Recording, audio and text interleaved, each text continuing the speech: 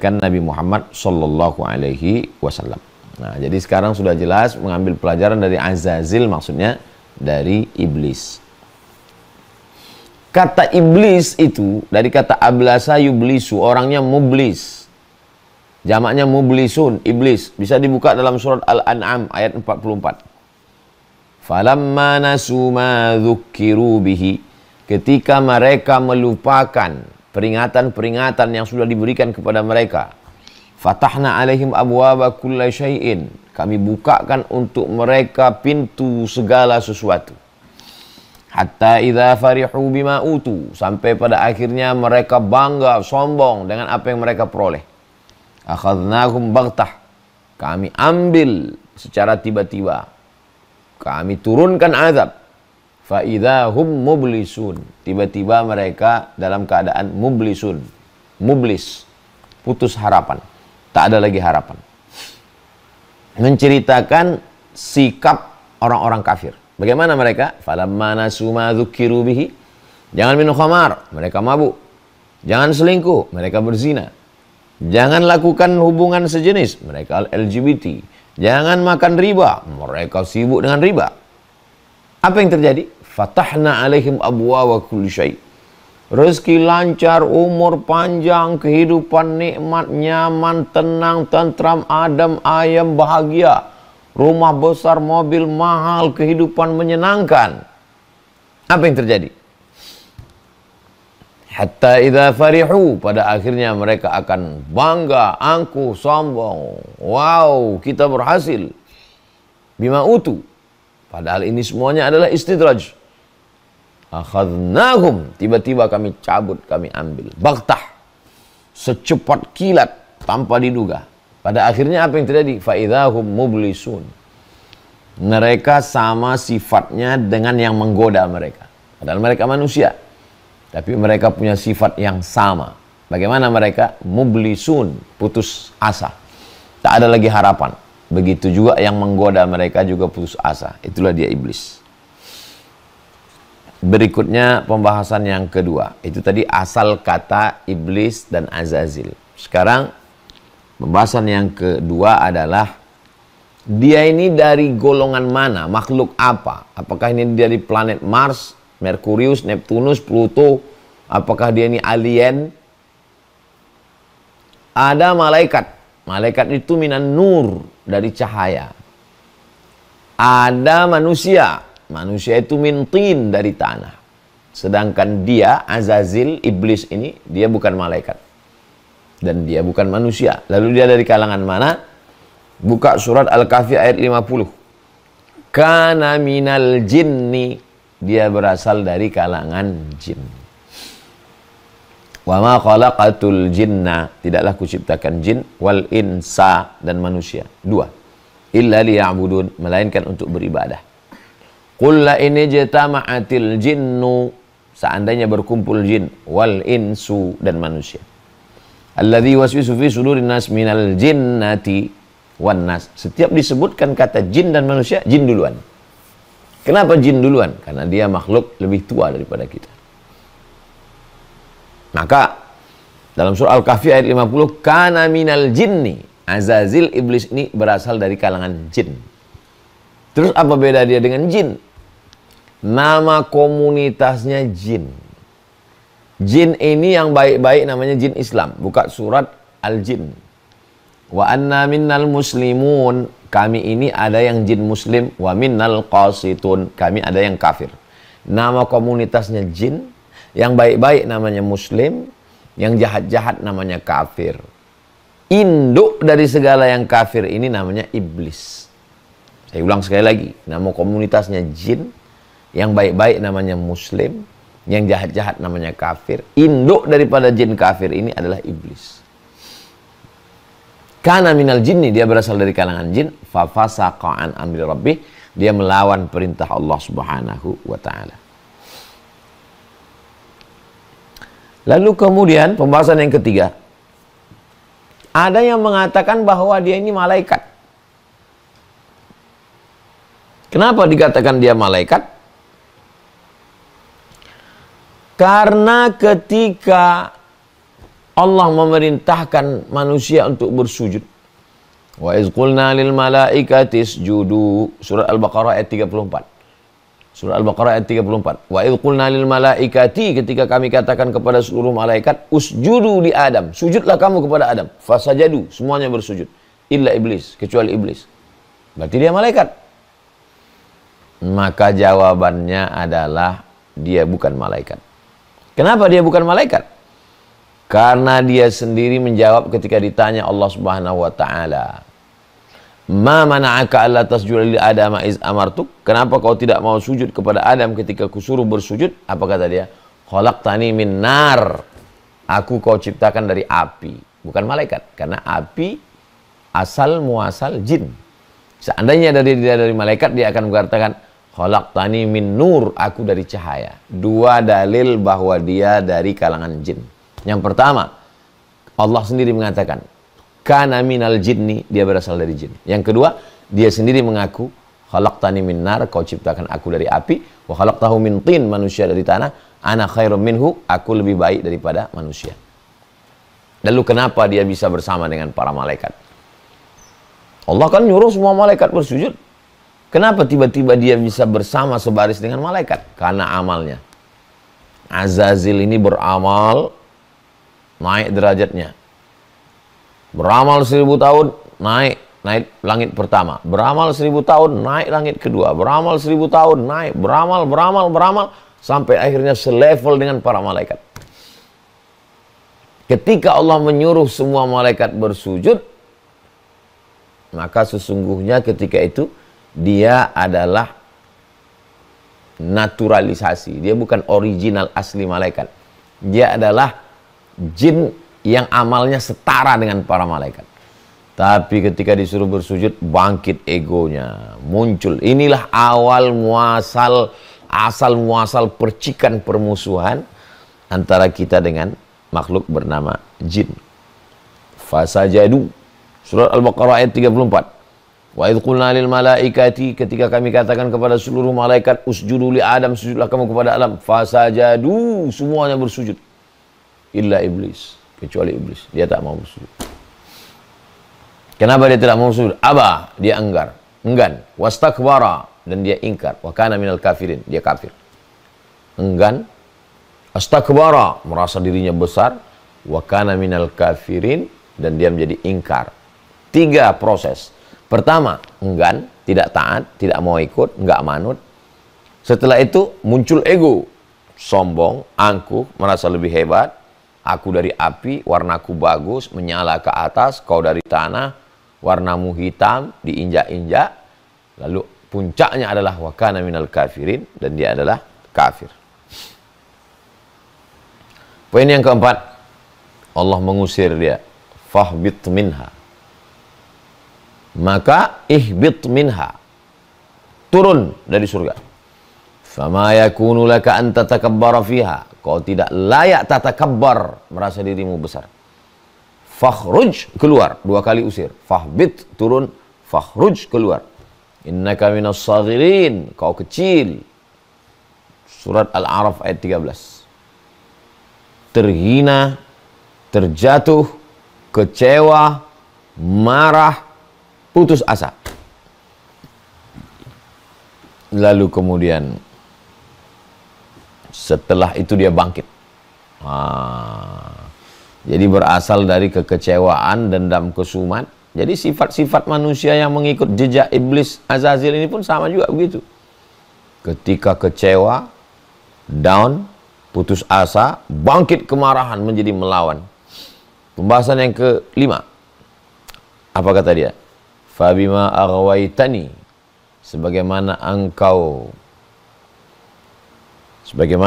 sudah menghalau aku, mengusir aku, la aq'udanna lahum siratakal mustaqim. Al-A'raf ayat 16. Maka aku akan menghalangi manusia dari jalanmu yang lurus. Akan aku bengkokkan jalan ini, akan aku goda manusia. Inilah asal muasal permusuhan manusia dengan iblis. Jadi jalan yang terang benderang itu dia buat abu-abu, dia tutup-tutupi, dia bengkokkan. Itu kerja iblis. Al-A'raf ayat 16. Stepnya bagaimana? Langkah-langkah yang dia lakukan itu bagaimana? An-Nisa ayat 119. Wala udhillannahum, kusesatkan mereka. Kubuat dia nyasar dulu. Nah, ini jalan ini kan lurus nih. Nah, kubuat dia nyasar dulu. Nah, setelah nyasar, wala umanniyannahum. Step yang kedua, kubuat dia berhalusinasi. Merasa masih di jalan. Orang kalau nyasar, dulu ya sebelum ada Google Map. Kalau masih ada Google Map, wah ini kita salah jalan nih, dulu. Orang kalau nyasar, dia masih merasa di jalan yang benar. Perasaan tadi ada pohon kayu nih, perasaan tadi ada ruko nih, padahal dia berhalusinasi. Jadi yang pertama adalah wala udhillannahum, kesesatkan mereka.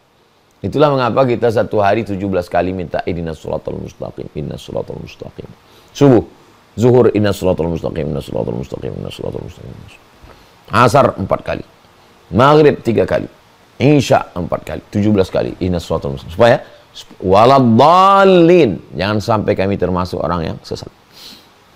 Setelah disesatkannya, dibengkokkannya, wala umanniyannahum, tidak merasa sesat, tidak merasa salah. Kita masih berada di jalan yang benar. Pada puncaknya, wala amurannahum, aku akan memerintahkannya. Kanan, kiri, makan. Sudah disetir oleh iblis. Wala amurannahum. Kalau sudah begitu, apa mau dikata? Badan-badan manusia, wajah-wajah manusia, otak iblis. Kenapa? Hati iblis. Karena iblislah yang memerintahkan dia, nyetir dia.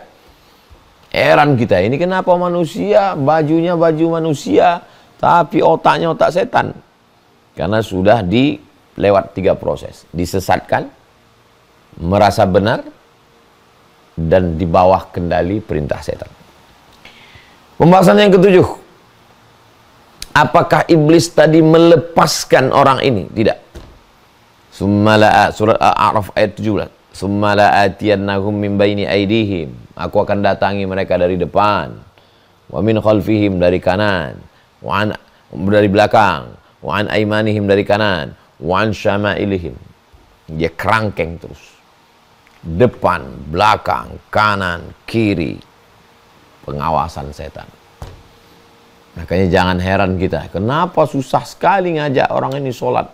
Kenapa payah sekali ngajak orang keluar dari riba? 3 tambah 4, 7. Wala udhillannahum, kusesatkan. Wala umanniyannahum, kubuat dia berhalusinasi, merasa benar. Wala amurannahum, aku perintahkan dia, dan dia tidak pernah lepas. Kenapa? La atiyannahum min baini aidihim, ku datangi dia dari depan, wa min khalfihim, dari belakang, wa an aimanihim, dari kanan, wa an syama'ilihim, dari kiri. Komplit. Lalu bagaimana? Anna arsalna syayatin. Induknya, GM-nya, king-nya, bosnya, iblis. Iblis ini punya anak-anak buah, setan. Setan ini terdiri dari 2. Sayatinal jinni wal ins. Ada setan dari kalangan manusia, ada setan dari kalangan jin. Jadi kalau ada orang katakan, setan kau, jangan bilang aku setan, aku ini manusia. Manusia, tapi otaknya setan. Perbuatannya setan, kata-kata setan. Arsalna syayatin. Dikirimlah setan-setan alal kafirin. Bukan alal mu'minin, bukan kepada orang beriman.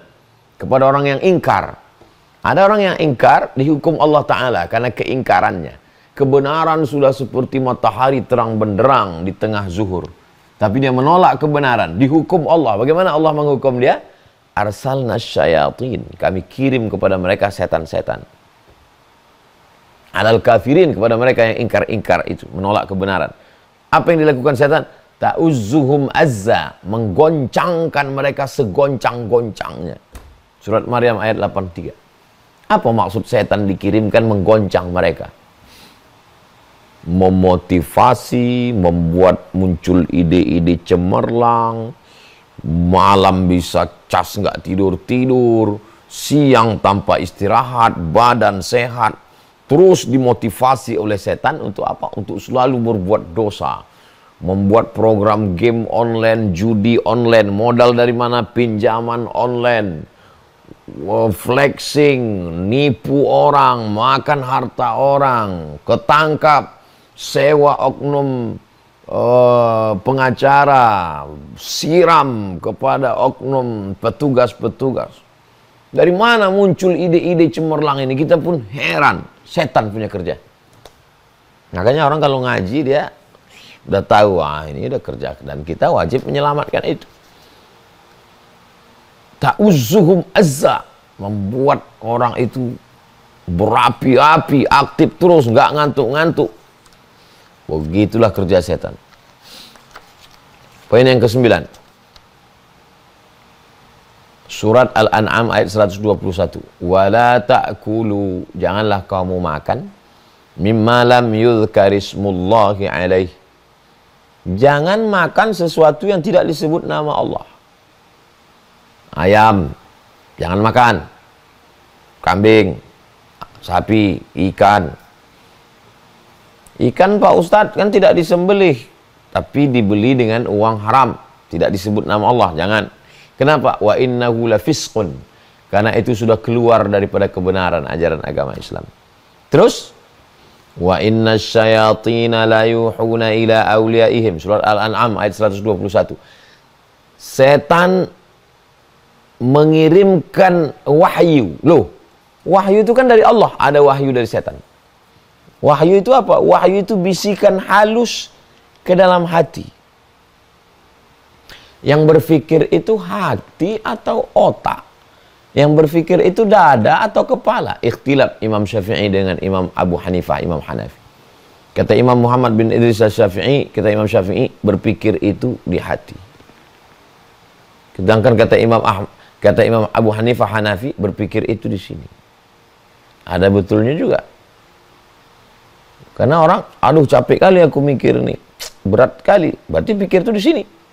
Tapi kata orang, terlintas di hatiku.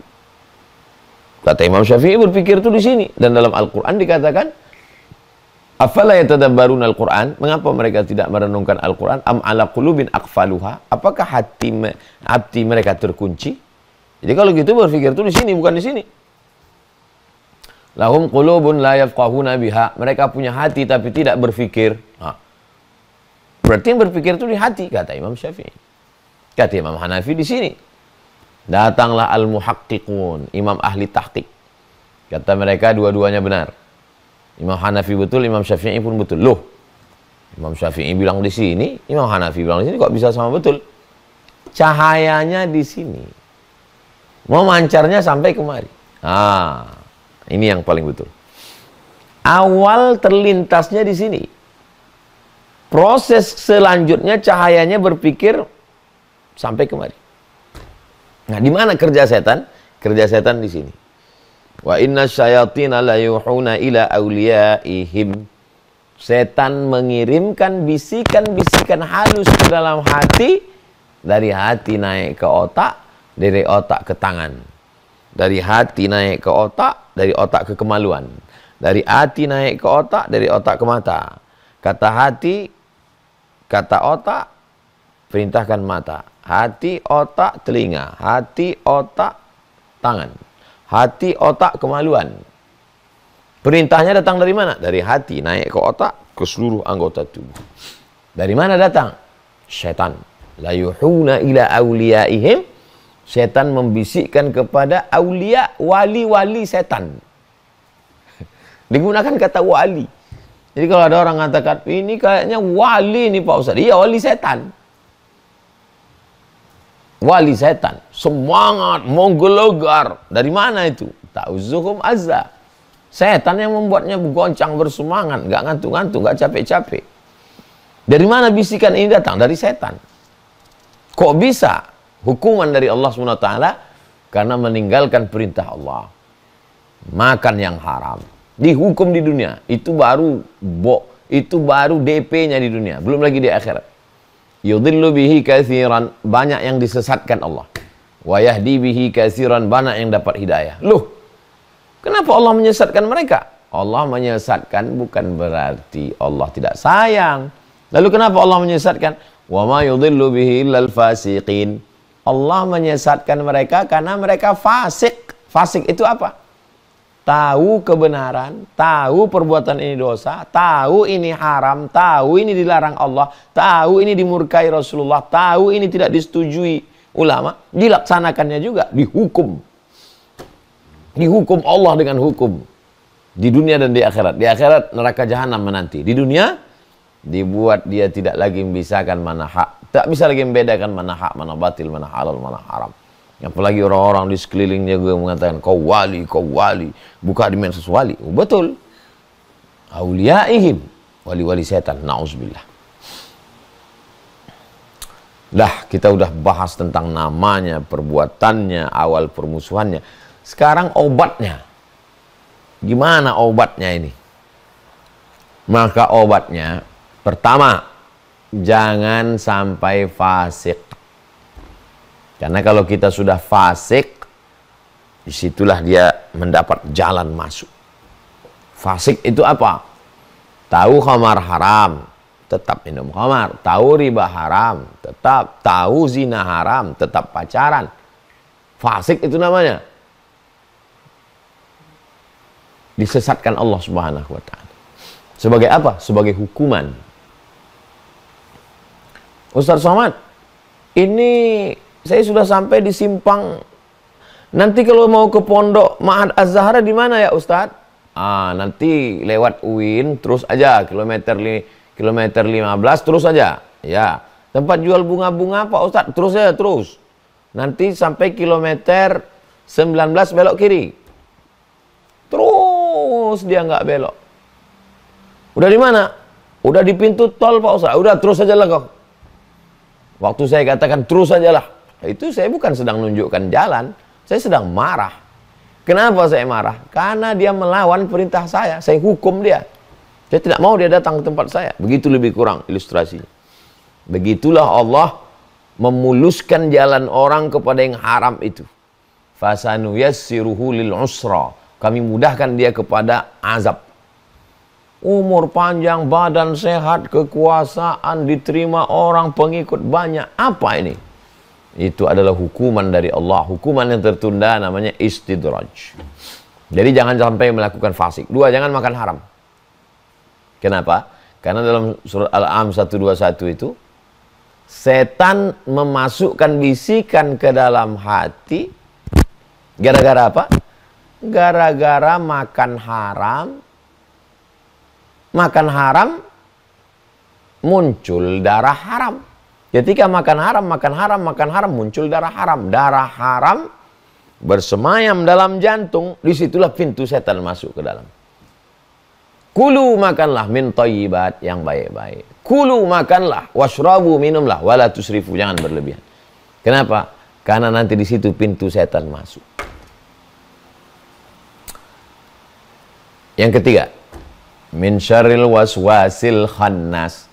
Dari kejahatan was-was yang berbisik-bisik, khannas, bersembunyi dia. Dia bersembunyi. Kapan dia bersembunyi? Ketika orang berzikir la ilaha illallah, dia sembunyi. Ketika orang lupa berzikir, dia keluar. Hubungan kita dengan dia sama seperti Tom and Jerry, kucing dengan tikus. Ketika ada kucing, tikus lari. Ketika kucing nggak ada, dia keluar. Itulah kenapa kita diajarkan zikir. Bangun tidur, alhamdulillahilladzi ahyana ba'da ma amatana wa ilaihin nusyur. Keluar rumah, bismillahi tawakkaltu 'ala Allah, la haula wala quwata illa billah. Allahumma inni a'udzubika minal khubuthi wal khaba'is. Bismillah, Allahumma barik lana fi ma razaqtana. Supaya apa? Supaya zikir, maka dia terus bersembunyi. Yang keempat, ada yang tidak kugoda, kata setan, kata iblis. Siapa dia? Illa ibadaka minhumul mukhlasin. Ikhlas. Ikhlas, murni, tuluskan niat. Bismillahi tawakkaltu 'ala Allah, la haula wala quwata illa billah. Tolong aku ya Allah. Ikhlas itu letaknya di hati. Doa itu bunyinya di mulut. Bunyikan di mulut, ikhlaskan di hati. A'udzubillahi minasyaitonirrajim. Bunyikan di mulut, ikhlaskan di hati. Bismillahilladzi la yadurru ma'asmihi syai'un fil ardi wala fis sama. Dengan nama Allah yang tidak ada yang dapat memudaratkan dia di bumi maupun di langit. Yang kelima, wa minal itsnaini ab'adu. Dari dua orang setan menjauh. Tapi yang dua orang ini dekat kepada Allah, yang ikhlas, yang tulus. Berjamaah. Yadullah ma'al jamaah. Pertolongan Allah turun kepada orang yang berjamaah. Sadar siapa musuh kita. Jangan memandang musuh dengan mata yang rabun. Paham bagaimana step kerja dia. Sampai kapan kita melawan setan ini, Pak Ustadz? La ughwiyannahum, aku akan goda mereka, aku akan halangi mereka, aku akan sesatkan mereka. Sampai kapan? Madaman arwahuhum fi ajsadihim, selama ruh masih bersemayam dalam jasad, selama jantung masih berdetak, selama mata masih berkedip, selama tangan masih mengayun, selama kaki masih melangkah, di situ dia akan terus menggoda sampai pada akhirnya kita mati. La ilaha illallah. Situlah baru kita lepas dari ujian. Husnul khatimah. Makanya kita selalu diajarkan berzikir. Karena kalau kita terbiasa berzikir, itulah yang akan menolong kita waktu mau mati. Subhanallah, subhanallah, subhanallah, subhanallah, alhamdulillah, alhamdulillah, alhamdulillah, alhamdulillah, Allahu akbar, Allahu akbar, Allahu akbar. Subhanallah wa bihamdihi, subhanallahil azim. Allahumma salli ala Sayyidina Muhammad wa ala ali Sayyidina Muhammad. Allahumma salli ala Sayyidina Muhammad. Diucapkan, didengar telinga, masuk ke hati, masuk ke otak. Afdalu dzikri fa'lam annahu la ilaha illallah, la ilaha illallah. Apa yang sering kita ucapkan, apa yang sering kita dengar, apa yang sering kita pikirkan, itulah yang akan datang waktu kita mau sakaratul maut. Apakah itu di rumah kita, di tempat tidur, atau di ruang ICU sendirian, atau waktu kecelakaan pesawat meledak, meletup, na'udzubillah, atau ketika perahu tenggelam, atau ketika tiba-tiba datang serangan jantung. La ilaha illallah Muhammadur Rasulullah. Selamat kita semua. Doakan Ustaz Abdul Somad selamat dari su'ul khatimah. Jangan bangga dengan ilmu yang banyak. Azazil ilmunya banyak. Jangan bangga dengan amal yang banyak. Azazil pun amalnya banyak. Jangan bangga walaupun kau sudah sejajar dengan malaikat. Ingat, kalau ada dalam hatimu hasad, tidak senang melihat orang lain dapat nikmat. Nikmat siapa? Adam dapat nikmat. Dari hasad muncul takbur, sombong. Aku lebih hebat, aku lebih senior, aku lebih tua, aku lebih mulia. Kenapa dia anak kemarin sore? Apa beda kita dengan iblis? Rendahkan hati kita serendah-rendahnya sampai tidak ada celah bagi iblis untuk masuk. Saling mendoakan. Doakan Ustaz Abdul Somad, minta doakan, dan mendoakan orang lain. Berdoa, minta doakan, mendoakan orang lain. Mudah-mudahan